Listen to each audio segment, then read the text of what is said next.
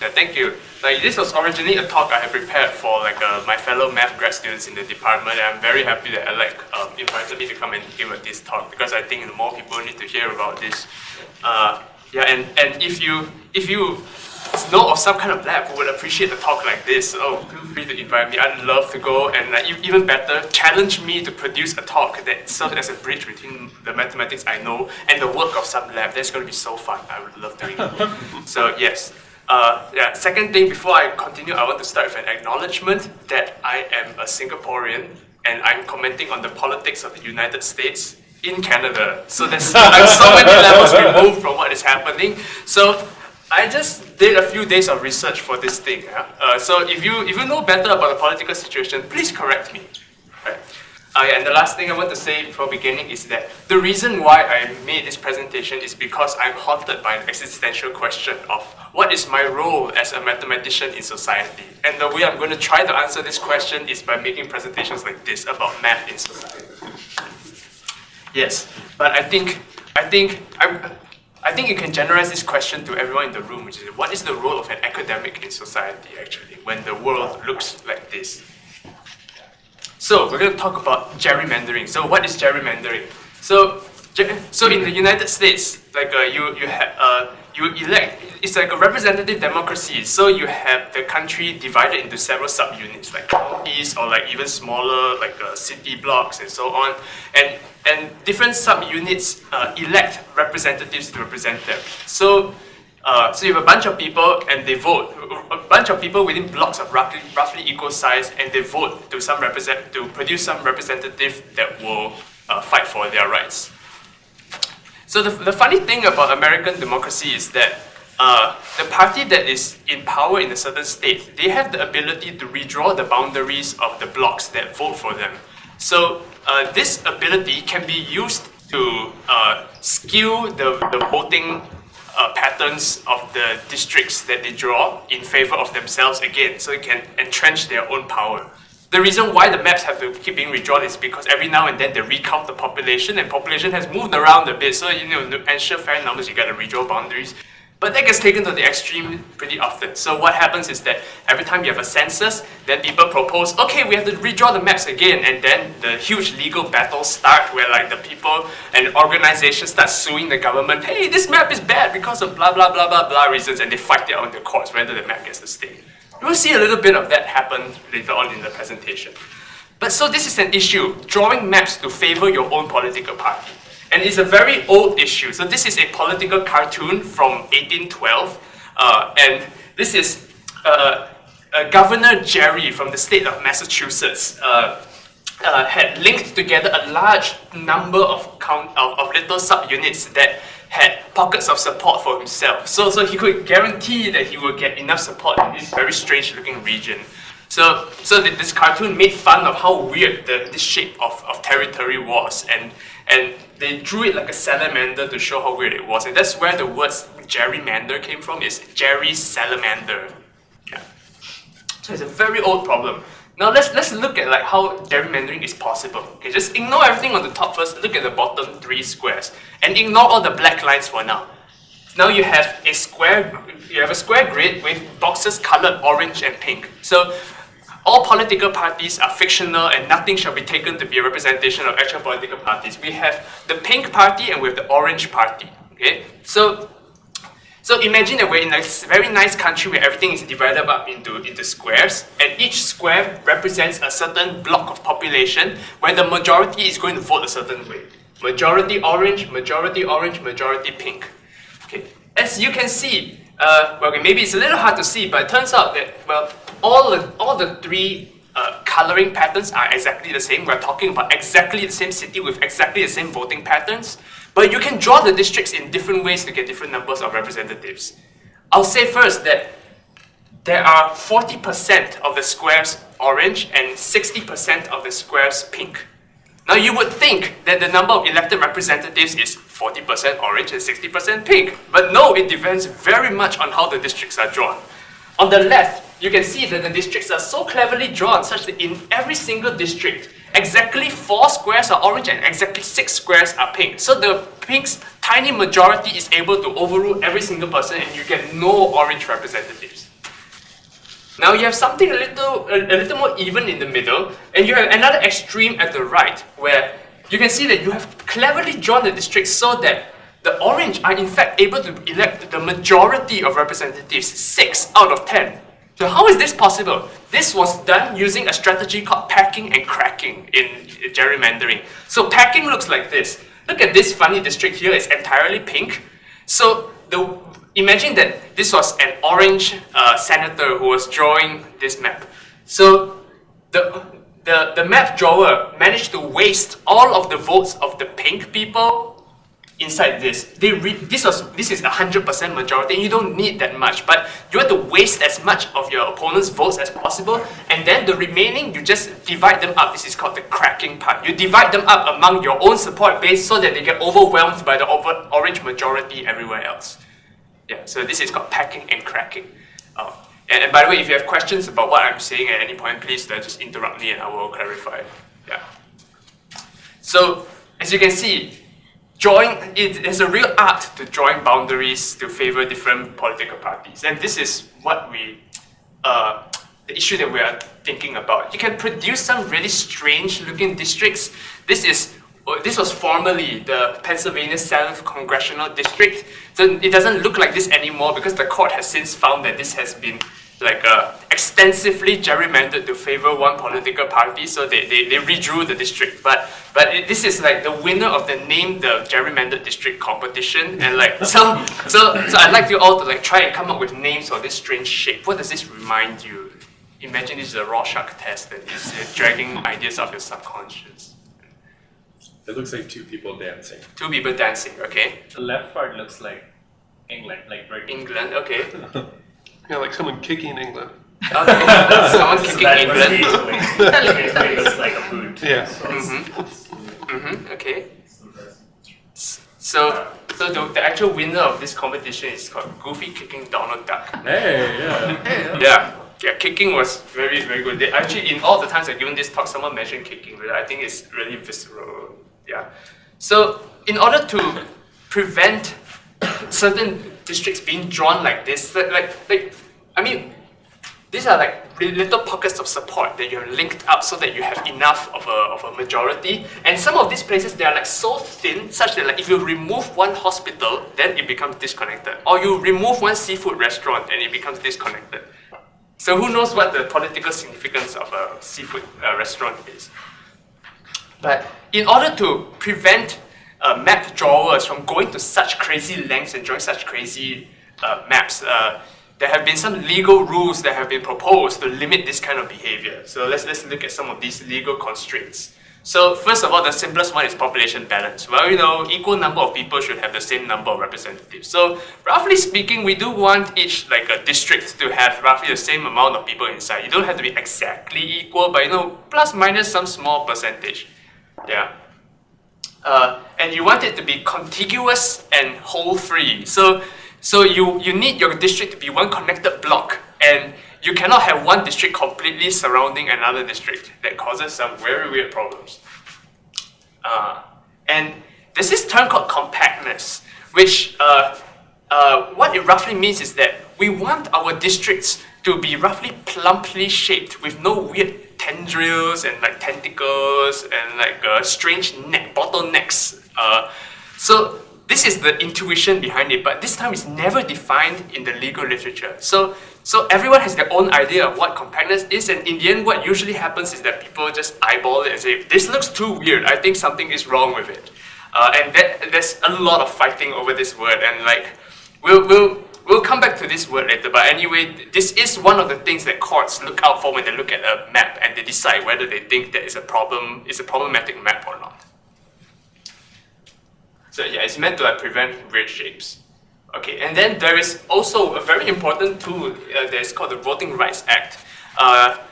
And it guarantees that certain qualified minority groups should be able to elect their candidate of choice. So qualified minority groups include racial groups and also language groups more recently.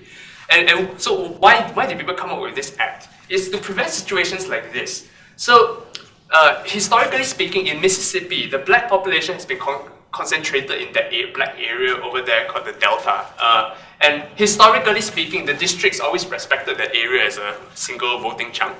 But in the 1960s, it started to be broken up and be absorbed into the white majority districts, and their voting power was severely diluted. So the Voting Rights Act was meant to counter this and several other examples. So it says, the Voting Rights Act says that we should strive to keep communities that are politically related together so that they can elect their own candidates of choice. So let's look at another example. So this is Illinois' 4th Congressional District. What name would you give to this?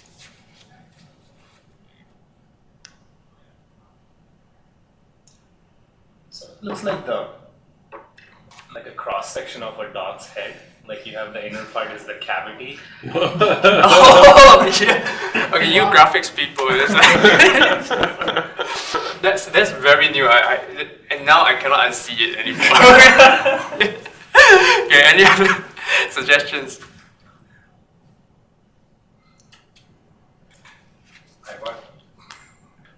Well, so this has been a long time called the earmuffs, and it's a very famous district. And as you can see, so what happened is that there are two districts that have majority Latin American population, and they were painstakingly linked up by this little corridor over here. But the funny thing is that this is now considered to be friendly packing by many civil rights groups, in the sense that civil rights groups have defended this gerrymander, saying that this should be allowed to continue to exist because it allows Latin Americans to be able to elect their candidate of choice, such as this guy who has like won every single time. Yeah. So it's been pretty effective. So I just wanted to add this example here to add a little bit of nuance. Like gerrymandering is not always completely bad. So yeah, there's a little bit of complexity behind this.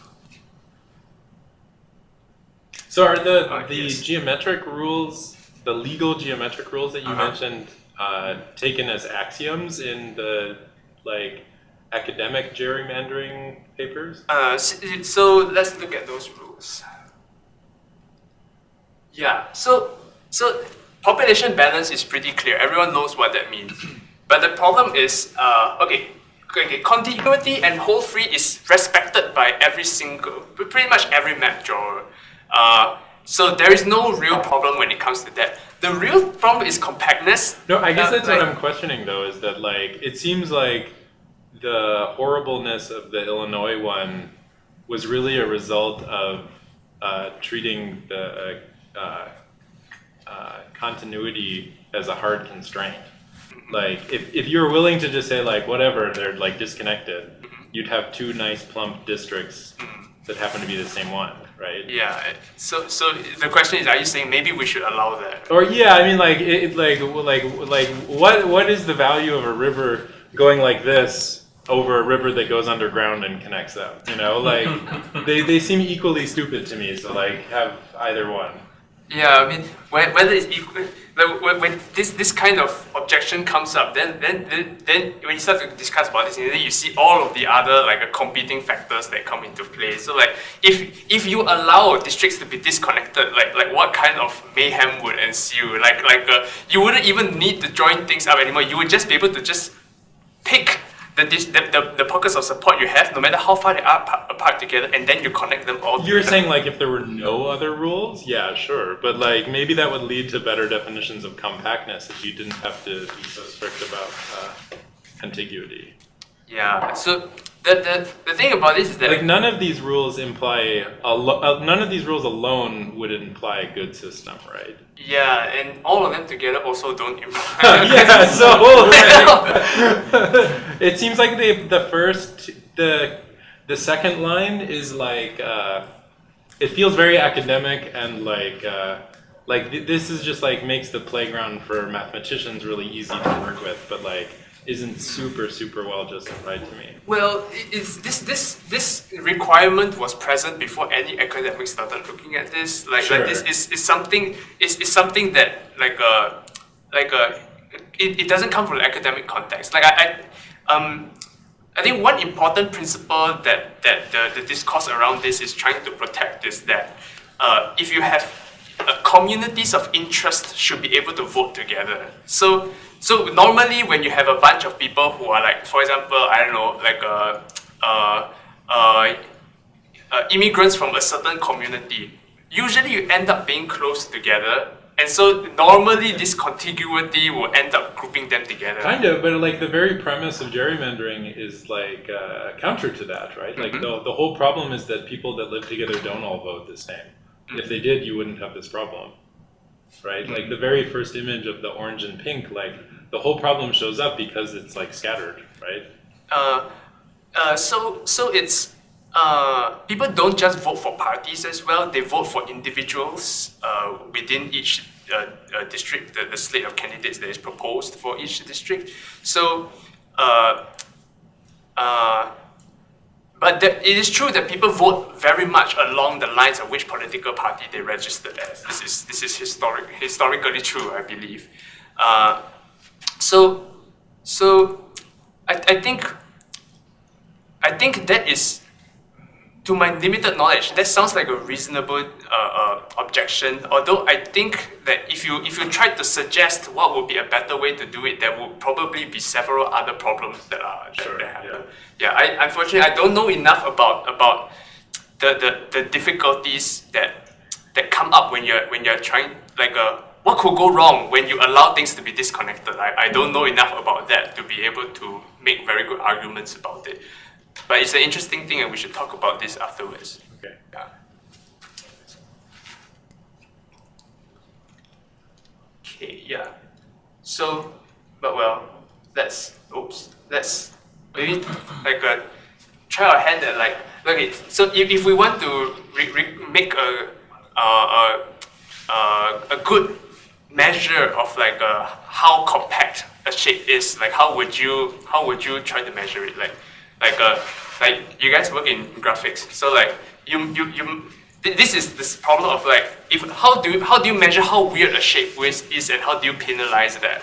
So I'm sure it's a problem you've come up with, but you have a suggestion. The ratio between the area of the district and the area of the convex hull of the district. Oh, okay, yeah, that actually is one of the measures that I'm gonna talk about later. Yeah, it fits within a general class of measures called indentedness, which is you compare the district to a certain reference shape and you see how much of the area is wasted.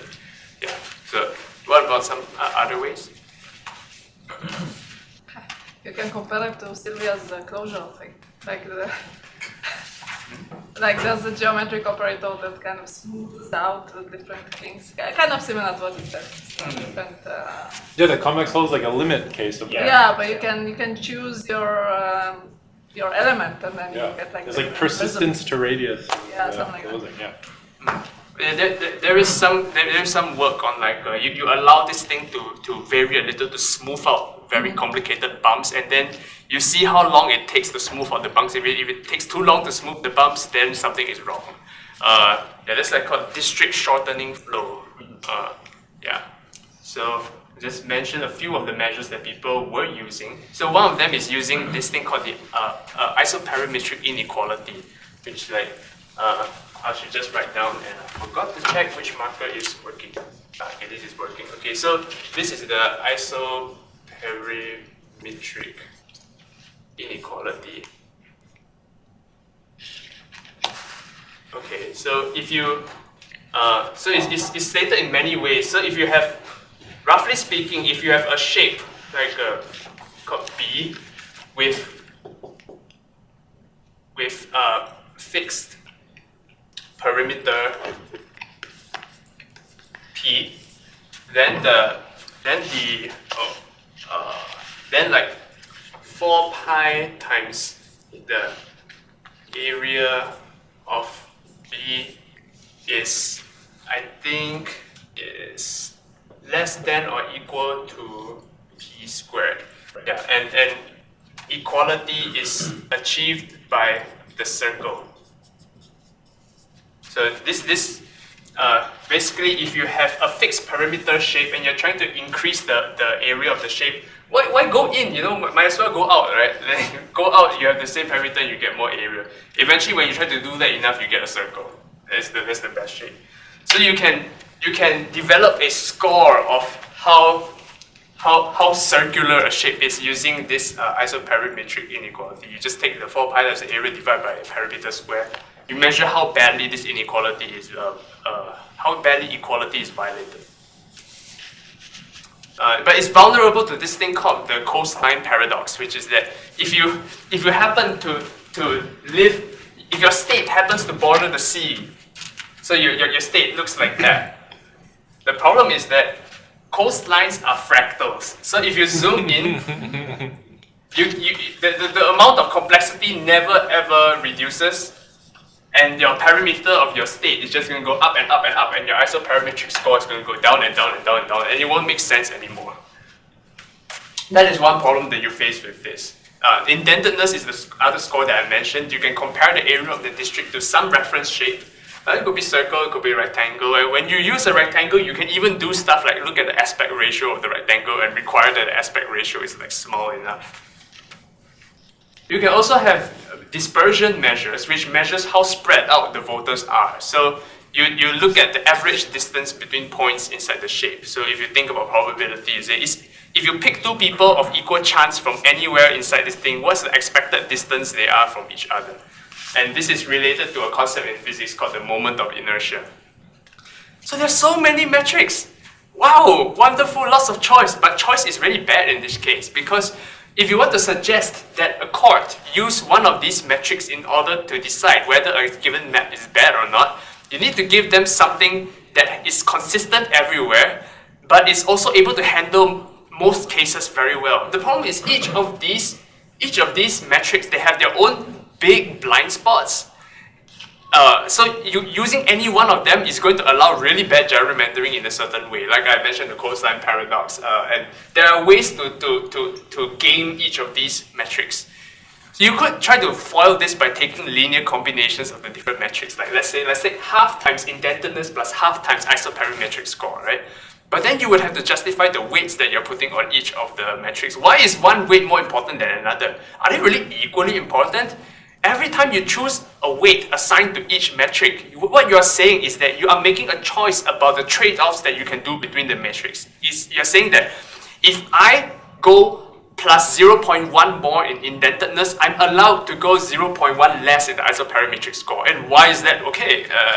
So it's really difficult to come up with any metric that will be consistent and can be applied fairly well to all of the cases that a court would see.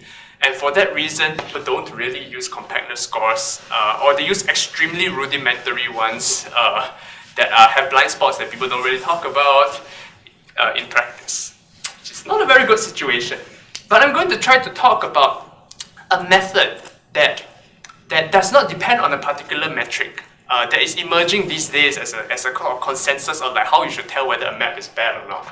It's called the Outlier Method, and it helps to answer this question also of how much is too much. When you have a metric, what is the cutoff point? How much is too bad? Is this is this cutoff bad enough? Is this cutoff bad enough? There's every single cutoff point you use has political ramifications. You're saying cutoff as in like the score? Yeah, the score is like above 0.5, that's bad. But like, why 0.5? What does that mean? So in order to talk about this other method, I'm going to shift gears a bit and reformulate the problem of gerrymandering in terms of graph partitions. So let's think of districting like this. So if we assume this is a pretty good assumption but not completely correct, that districts are made of certain fixed subunits that are glued together, then let's look at the subunits. So this is Iowa. And these are the counties of Iowa. Now let's look at let's assume that the districts are created by gluing together various counties to get large subunits. Okay, if we assume that, then this becomes a graph partitioning problem. So what is the graph? So we look at the dual graph of the county map, which means that we assign a node to every single county, and then we join 2 nodes when the counties share a bit of boundary with each other. So now, when you are trying to separate the map into districts, what you have done is you have broken up the graph into pieces of the graph, And you've done that by cutting some edges. You cut this edge, cut. You've cut the graph into many different pieces. And the reason that we formulate it this way is that there's a lot of mathematics and computer science studies already behind graph partitions, and we can use all of that knowledge and the algorithms that have been produced for that. Does anyone have any questions on this definition, like how we're looking at graph partitions? Okay, and I'll continue. Well, if we reformulate the problem this way, then we have to look at what the legal requirements mean in this case. So, population balance is pretty easy to interpret. So every county has a certain population, right? So which is how many people here, how many people here, how many people here. And the population inside a subunit is just, you add up all of the population numbers on each of the nodes. And you can check population balance pretty easily. Contiguity is now interpreted in this context means that each subgraph produced by gluing counties together should be connected. And a connected graph simply means if you take any two vertices, any two nodes inside this graph, you can find some kind of path going over there. Yeah, and compactness, the people who do this approach, they find an operational definition of it, and they say we're going to measure compactness using something like the isoperimetric score, which means we're trying to look at how long the perimeter is. If a shape is pretty nice and plump, the perimeter should be short. And they measure the perimeter by the number of edges that get cut. So if you cut a lot of edges, it means that the boundaries between your districts are very long, and that's a bad sign. But this is somewhat of an arbitrary choice. The authors remark that every operationalization you make of a legal requirement involves a political choice. It has political consequences, and you may run with it for a while you're doing analysis, but in the end, you're going to have to justify why that is the correct assumption and what are the implications of this assumption. Are there actually collaborations between political sciences and mathematicians that try to work together? Yeah. In fact, that summer program that was mentioned by Rahul, actually that was a collaboration. And I'm going to talk about that. Their common participation together into a Supreme Court case, which is very exciting. How do you handle holes or like islands in this case? Yes, I tried to slip over the fact, but yeah. So I think that would be that if you let's say there was a hole here. Okay, let's say we took this out and made it into its own district. So how will we detect that? I think it would be that you would try to check the cycles inside your graph, and you have to make sure that this cycle is not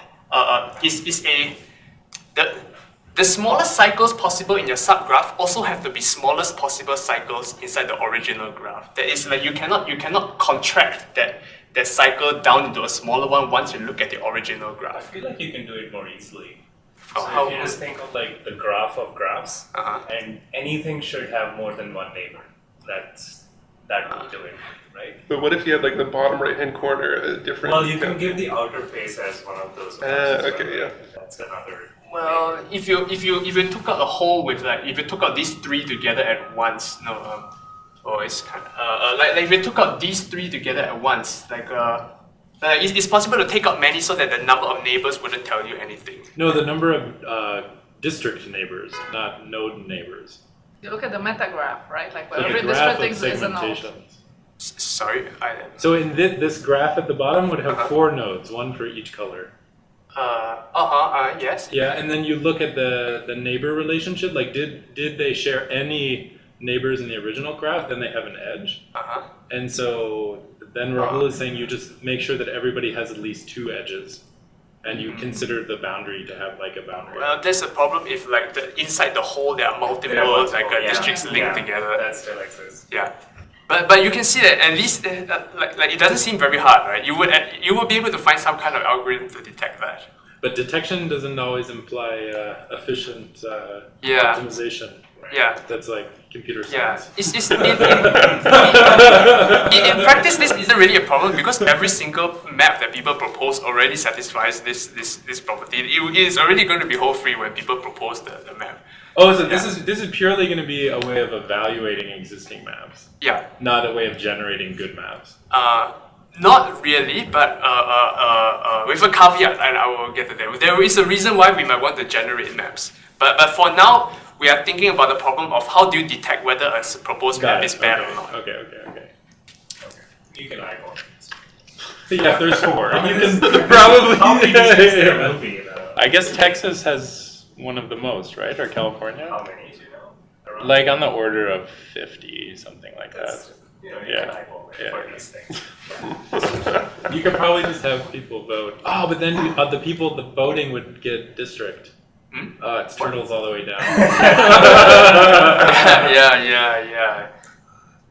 I wanted to draw a connection with like graphic stuff. So like this is kind of like mesh segmentation, where like when you have objects represented by the surface is represented by a mesh, and you want to figure out you want to segment it into useful parts like the body, the legs, and so on. It involves chopping the mesh at certain places, and you say this part of the mesh belongs to the leg, that part of the mesh belongs to the body, and so on.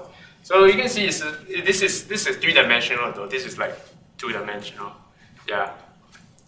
So just one link to something you may be more familiar with. Yeah. And so the method that I was saying that does not depend on a particular metric is called the outlier method. So how it works is like this. So the possible graph partitions are so many. There's like an estimate is like 10 to the 100. So many possible graph partitions. So you can never list all of them. But you can do some kind of representative sample. You sample a small number, like maybe 10,000 or something. That's like a really small number compared to that. And then, so you will end up with some ensemble or some group of partitions from that are drawn from a certain unbiased distribution over all partitions. Unbiased. And then you take the proposed plan and then you compare it to this distribution and you say, does this distribution, does it fall within the middle of the distribution, or is it like very tail end, very outlier? If it happens to be a very outlier kind of plan, then maybe it was gerrymandered. So how do you take population distribution into account when you randomly sample? Yeah, you can randomly sample, and if you you throw it away. you throw it away, but it sounds very inefficient, but I will explain how you do it, and you will see it's actually not so bad. Yeah. So it is very hard to compare two plans actually. So is the easier ways to compare along one statistic. So for example, you might say, well, given this plan, how many candidates get elected from each? And then you see that the fraction of let's say the Democrats that were elected, or the fraction of the black voting age population. Is there a huge discrepancy between most of the partitions that you sample and the proposed plan? If there's a big discrepancy, something's wrong. Or you could look at compactness scores. You can choose any compactness score you like and evaluate it along this method. So this method doesn't depend on any particular score. It's like a general purpose way of looking at things. And this method is gaining some traction, as I would say. And so, how do we sample is the question. And so we sample it like this. So we look at the space of all possible graph partitions, and then some of them are similar enough so that we like draw an edge between them, and we get like a graph of graph partitions. And this is what they call a metagraph, because it's a graph of graph partitions. So it's a very, very huge number. So this is like one graph partitioning the districts. There's so many of them. But how is an edge constituted, right? What does it mean for it to be similar enough? So, before I talk about what similar means, so once you get the graph, what do? You use this thing called Monte Carlo Markov chain, which works like this. So a Monte Carlo just means you take a small representative sample, and then Markov chain just means it's a memoryless random walk. So how it works is like this.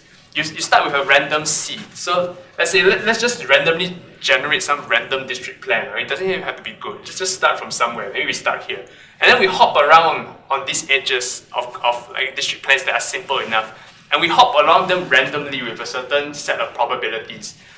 After you hop for a very long time, then you say, yeah, now it should be sort of random by now, and then you return the itinerary of the graph partitions that you visited, you return all of that together. Like maybe you hop 10,000 times and then you return the 10,000 graph partitions and you say, okay, that's my ensemble. This is a roughly unbiased sample of the whole universe of graph partitions. And there's some mathematical theory called ergodic theory that guarantees that if your Markov chain satisfies certain niceness properties, then after a certain very long mixing time, you will converge to a stationary probability distribution. It means that after you sample for a long enough time, there's going to be some fixed probability distribution that you're drawing from. We don't know what that distribution is though. It really depends on what your Markov chain is. So any questions about this scheme of sampling? Okay, then I will continue. So what does it mean for two partitions to be similar enough to each other? So there were some basic attempts, but they were like not very good. So like I'm going to talk about one of the most recent ones, like which does pretty much better, and it uses spanning trees. So I guess I will like very briefly recap what spanning trees are. Like Alec assured me that all of you will have learned this in school. So, but like, I mean, you have a graph like that, and a spanning tree is some subgraph with no cycles, but every vertex. So for this graph, you could have like this, or like this, or like this. There are like 8 possible spanning trees of this one. Okay. So how do you do it? So I'm going to describe a procedure to use spanning trees to change one graph partition into another. So what you do is that first you randomly pick 2 adjacent districts and you merge them into one big district. And then you draw a spanning tree on that merged district. And then you find some edge and just cut it somewhere in a way that preserves population balance so that the number of nodes on both sides of the tree are the same. This is not always possible to do in every spanning tree, but if you find out that you can't do it, then just throw away the spanning tree and draw another one. It is okay. That doesn't change things very much. In practice, it happens very, very rarely. This is not a problem in practice. And after you're done, like take the 2 pieces of the spanning tree and you glue them together into districts again. So now you have made a certain change. You've mutated 2 of the districts into new ones. And you say that these 2, if 2 graphs can be changed into each other using this transformation, then you draw them you draw an edge between them in the metagraph, and you say that it's possible to jump from one of them to the other. Yeah. Any questions about this construction? Yep. Okay, so that's what it means. Here's another example. So here we have like 2 districts, and then we merge them together, draw a spanning tree, cut an edge, and then we turn it into 2 new districts. Yeah. Okay. So this is what it means when we are looking at the universe of possible graph partitions. The edges mean this spanning tree transformation. So when you generate a new one, I mean, you always make an edge towards the one you came from, but you never check if it's a neighbor or one of the previously generated ones. Sorry, could you repeat that? So you generate the edges as you have one, you generate an edge, and then you have another one, you generate another edge. But do you connect them to previously generated partitions, or is it like? It is possible that as you do this spanning tree thing and you mutate, you may end up getting the original one back. Yeah. This is possible, but it's extremely unlikely. Given that each district has like a large number of vertices, like maybe 10 or 20, the number of possible spanning trees you can get is extremely large. But it seems like the metagraph that you get is basically just like every vertex has 2 edges, right? Like a chain? Like a chain, yeah. because you're always connecting only to one. No. Oh, because you generate you start by randomly choosing two adjacent districts to merge, right? That choice already gives you so many possible directions that you Oh, can I go see. from a single partition. Yeah. Okay, yeah. So this is in practice. Now ignore the middle diagram for a while. So this is what the initial partition that you start with, and then you like run 100 steps of this ReCom like a thing which uses spanning trees, and you get something like this. Looks pretty reasonable. Like I had mentioned, like an earlier attempt that wasn't so good. There was this one. It's called the flip, which modifies the boundary one bit at a time to wiggle your boundaries around, and that was really bad. And you get this extremely non-compact like districts, and after 1 million steps, like so this is like much better. So let's talk about how this thing was applied in practice. Yeah. So I should describe the Supreme Court case where this came out. So this is in 2019, very recent. So there were two cases of gerrymandering. One, the Democrats were gerrymandering in Maryland, and the Republicans were gerrymandering in North Carolina. So the cool kids are all doing it, you know. Like so in both of those cases, so it just happened independently that a group sued the government there for producing a gerrymandered map for partisan reasons, and they were backed up, in one of them by a computer scientist and one of them by a mathematician, and both of them used MCMC in their own way to justify that this was an outlier. Both of them used the same approach, and they didn't talk to each other. And both of them won, actually. So the district courts in each of the states, they threw out the map saying that, oh, this is too much partisan. These maps were unduly gerrymandered to favor their own political party. And the people who drew the maps, they made no bones about it. They actually publicly said, oh yeah, we're just redrawing this to make sure that we get one more representative. They publicly say this thing, like, it's crazy that you can do that. But then, of course, the government appealed the decision to the Supreme Court. And so the Supreme Court said, okay, these two cases are similar enough, so we're going to consider both of them together.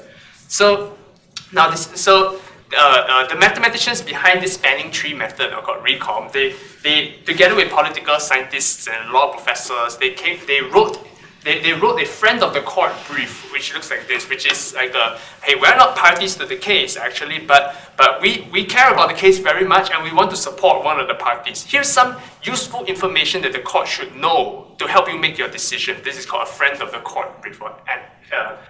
And so they included an analysis of the maps that was applied using ReCom. So I want to show you to show you how the outlier method works. So they drew this. They used the ReCom method to sample like tens of thousands of possible districting plans, and then they looked at where the median was. So this statistic here is the percentage of the democratic vote that you get in the districts. So the median is over here, the green line, and so these are the two plans which the ReCom method was used to analyze, and as you can see, they are very far off the distribution. So this is in one of the districts, this is another of the districts. So they said that this was an evidence of packing and cracking, where here you have cracking, the Democrat vote is reduced, and here you have packing, where everyone's votes are wasted over here. And they compared it to a judge's plan, which was made by a bipartisan panel of retired judges, who seemed to produce way more reasonable plans than these two. So this is how the outlier method works in practice. So they submitted this thing. And so what was the decision that came out at the end? The verdict was a 5-4 split. And it was ruled that partisan gerrymandering, whether that is constitutional or not, is not for the Supreme Court to say. This is not something that we have jurisdiction over. And so there were several arguments. I read both sides as carefully as I could, and there were very good arguments on both sides. So the opinion, the majority said that unlike racial gerrymandering, the courts are asked to make political decisions here. Is this too much partisan gerrymandering? How much is too much? There was the central question that they kept hammering. They ask for, we need some objective criterion that is limited, has limited and precise rationale, and is politically neutral that will allow us to decide whether something is too partisan or not. Because every single map drawing is not politically neutral. The courts acknowledge that. So how much is too much? And the majority did not feel that there was a method in existence that could allow them to do this. And they also felt that the regulation should be done through legislation, and they pointed out several initiatives in different states that have started to appoint their own independent commissions to draw maps instead of allowing the government to do it.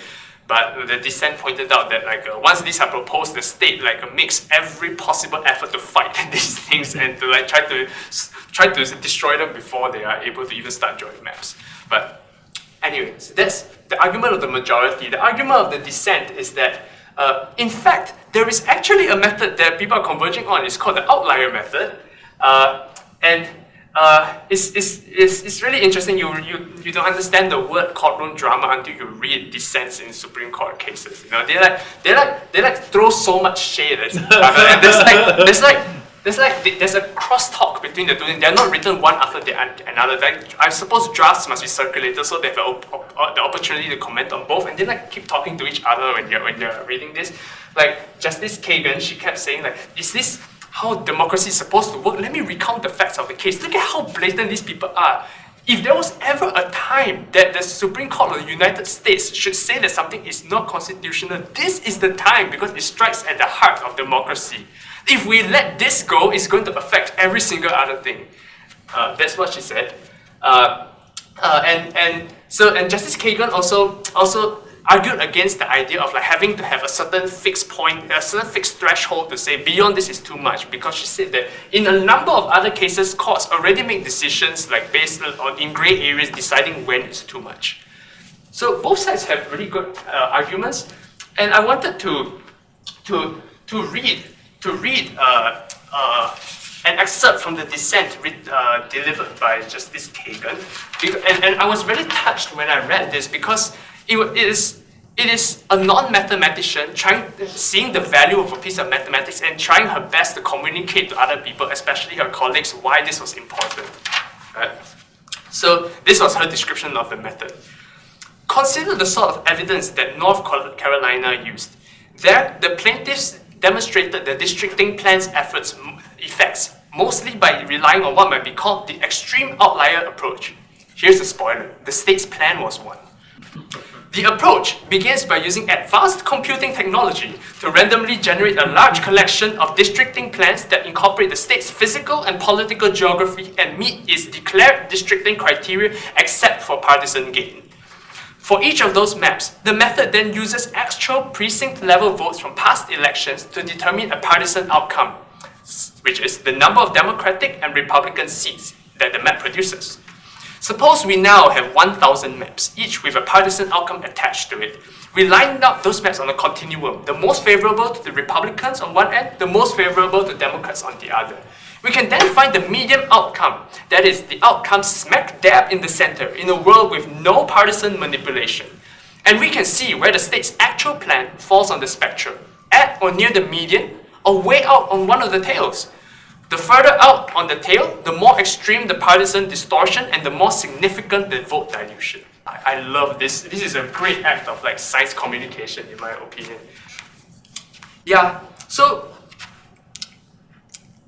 yeah, I still don't know what I think about this case. I'm still digesting the arguments that both sides have. But regardless of whether I think the court should act or not, I think it at least throw some light on the question that I asked at the beginning. What is our role as academics in society? Right? I think one of the things that this suggests is that an academic, what we normally do in our work is to take intuitive goals such as the niceness of shape and we translate it into some kind of objective measure. And I think we could help to do this in law, that we take intuitive legal goals and turn them into objective legal standards. And I put scare quotes because there is no such thing as an objective legal standard. We can try as hard as we like, and we can try to satisfy the requirements that people put on us and make it as justified as hard as we can to the people who are going to use these tools. But what we have to do is that we always have to adapt the standards that we produce to this real life, which is uncertain, inconsistent, and is often unjust. And we're going to have to be okay to do that if we want to have a seat at the table. Like, we cannot depend on the internal harmony of our ideas or how it works in practice on our computers anymore. We have to look at, for example, how other people are going to attack the methods that we're going to use. And another thing that I think another role that I think we have is that we should counter the use of technology by authorities to divide us up and to conquer us. And the last thing I would like to read is another excerpt from the Dissent, in which Justice Kagan very wisely warned us that not only is technology allowing us to spot gerrymandering, it is enabling gerrymandering more than before. So she says that map makers now have access to more granular data about party preference and voting behavior than ever before. County-level voting data has given way to precinct-level or city-block-level data, and increasingly map makers avail themselves of data sets providing wide-ranging information about even individual voters. See the brief for political science professors as friends of the court, so academics of all stripes can contribute to this conversation. Just as important, advancements in computing technology have enabled map makers to put that information to use with unprecedented efficiency and precision. Today's map makers can generate thousands of possibilities at the touch of a key and then choose the one giving their party maximum advantage, usually while still meeting traditional districting requirements. The effect is to make gerrymanders far more effective and durable than before, insulating politicians against all but the most titanic shifts in the political tides. These are not your grandfathers, let alone the framers of the Constitution's gerrymanders. And this last comment is significant because if the framers of the Constitution could not have foreseen something coming, this is one of the ways that the Supreme Court can allow itself to deviate from what the Constitution is saying, because they can say that, well, the internet didn't exist at the time that the Constitution was drawn, so we are allowed to make judgments on this thing that is not bound by the Constitution. So there is a way for the dissent to turn around and to become the main discourse. So yeah, this is what I hope this makes us think more about what our role in society is, and I really invite you all to think about how you could contribute. Thank you for listening.